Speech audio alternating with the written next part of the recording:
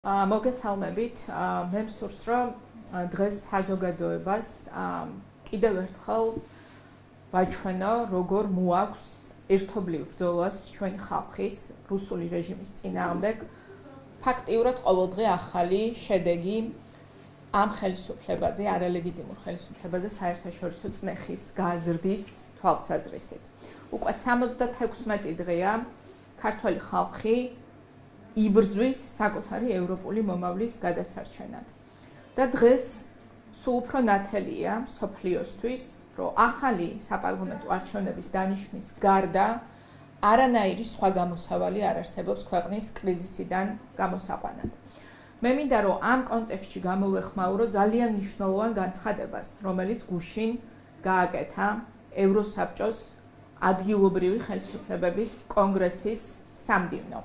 მათ სპეციალური მისია მოავლინეს საქართველოში, რომელსაც უნდა შეესწავლა ქვეყანაში არსებული პოლიტიკური ვითარება და დასკვნა, რომელიც დადო ამ უწყებამ, რაც იქნება ძალიან მნიშვნელოვანი საფუძველი შესაბამისი ევროპული ინსტიტუციების გადაწყვეტილებისთვის, არის შემდგომი, რომ თუ საქართველოში არ ჩაინიშნა ახალი საპარლამენტო არჩევნები და არ შეიცვალა საარჩევნო გარემო, არანაირი აზრი არ ექნება ადგილობრივი არჩევნების ჩატარებას, რომელიც გამოაცხადა არალეგიტიმურმა ხელისუფლებამ ოქტომბერში.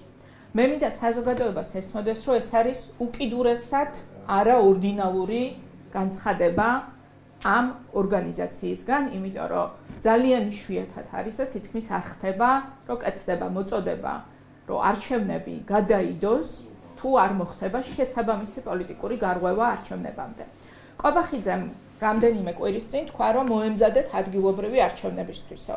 და ევროპა ემზადება ადგილობრივი არჩევნებისთვის და გეუბნებათ, რომ თუ თქვენ არ დანიშნავთ საპარლამენტო არჩევნებს და თუ არ განახორციელებთ წინა საარჩევნოდ გარდამტეხ ცვლილებებს, ადგილობრივ არჩევნებს შეიძლება ითქვას, რომ მათ ჩატარებამდეც კი უკვე აღარ აქვს საერთაშორისო ლეგიტიმაცია და ფორმალურად გადადის ივანიშვილის რუსული რეჟიმი იმ პოლიტიკური სისტემების რიცხვში, სადაც არჩევნები არის მხოლოდ ფორმალობა და არანაირი ლეგიტიმაცია არჩევნებს არ ექნება.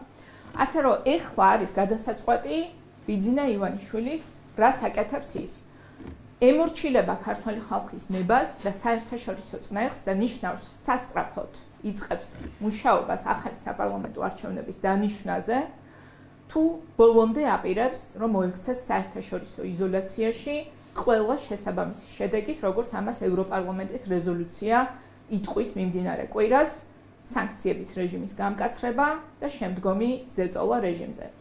ამის პარალელურად ცხადია, რომ ქართულმა ხალხმა კიდევ ერთხელ უნდა დაინახოს, რომ სწორედ მათი შრომის შედეგია, მათი ბრძოლის შედეგია ეს ყველაფერი, რაც დღეს ხდება და მე იმედი მაქვს, რომ შაბათს ევროპული მომავლის დასაცავ აქციაზე ევროპის მოედანზე ძალიან ბევრი მოქალაქე შეიკრიბება საკუთარი ხმის გასაჟღერებლად, როგორც არალეგიტიმური რეჟიმისთვის, ასევე სოფლიოს თანამეგობრობისთვის და ევროპული ჩვენი ევროპელი მოკავშირეებისთვის.